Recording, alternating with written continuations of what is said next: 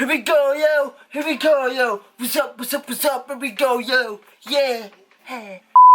Hey guys, what's up? And welcome back to my YouTube channel. And it's Alan Jeniger, so that you can call me AJ for short. Sorry sa shirt ko, and it's kinda oversized. Pero kung mag-oversize ngayon, so let it be.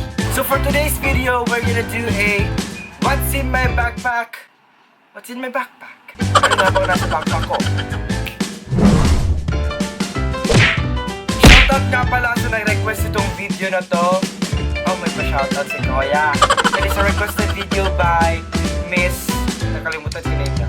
It's Hannah Marie Pedarios. Yeah, it is a requested video by Hannah Marie Pedarios. So, hey Hannah, this is one of your requested videos. May tumitingin sa labas.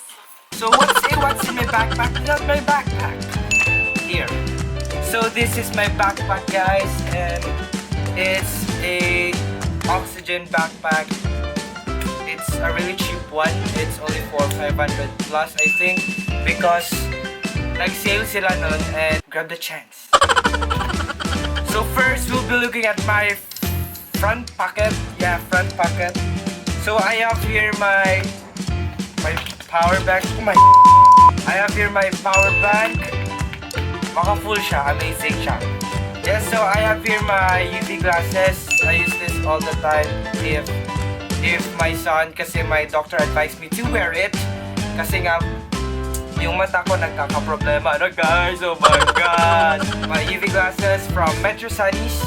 So dito sponsored, kung gusto nyo mag-sponsor, okay.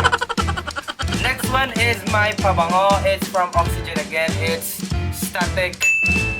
It's one of my, ano ba tawag doon? Pampapogi kits.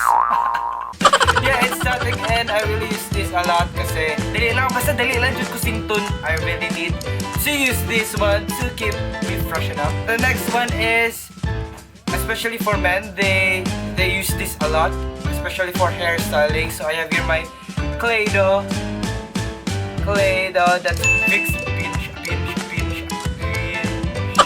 My bench Claydo, and yeah, I use this Claydo to style my hair. The next one is one of the most important thing for a YouTuber where all stuffs are here, where all videos are here. So my external hard drive. So this is my external hard drive. 1 tera ata. O 1 tera. So I keep all my school files here and stuff. Next one is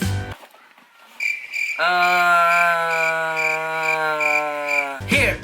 This is my Nivea Men lip care, I think that's what you call it. Active Care, Nivea Men Active Care. It's for the lips. The next one is one of my essentials because fact about me is I'm asthmatic, so I always bring my inhaler right here. This is my inhaler. It's salbutamol sulfate, so di nyo nakakalimutan. Para makapasok ako sa school, it's where I kept my ID. So wag nyo na tingnan yung ID ko kasi pangit na mukha para fuckboy. That's my front pocket, guys. Now let's proceed to my main pocket. Tama ba? Main pocket? So, chidid! Nowadays, I don't bring my laptop now because it's broken.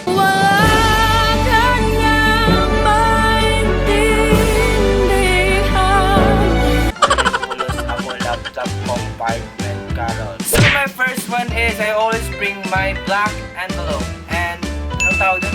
Folder envelope. This one is where I kept all my quizzes, all my bond papers, all my yellow papers, all my quizzes. Did I just repeat quizzes 2 times?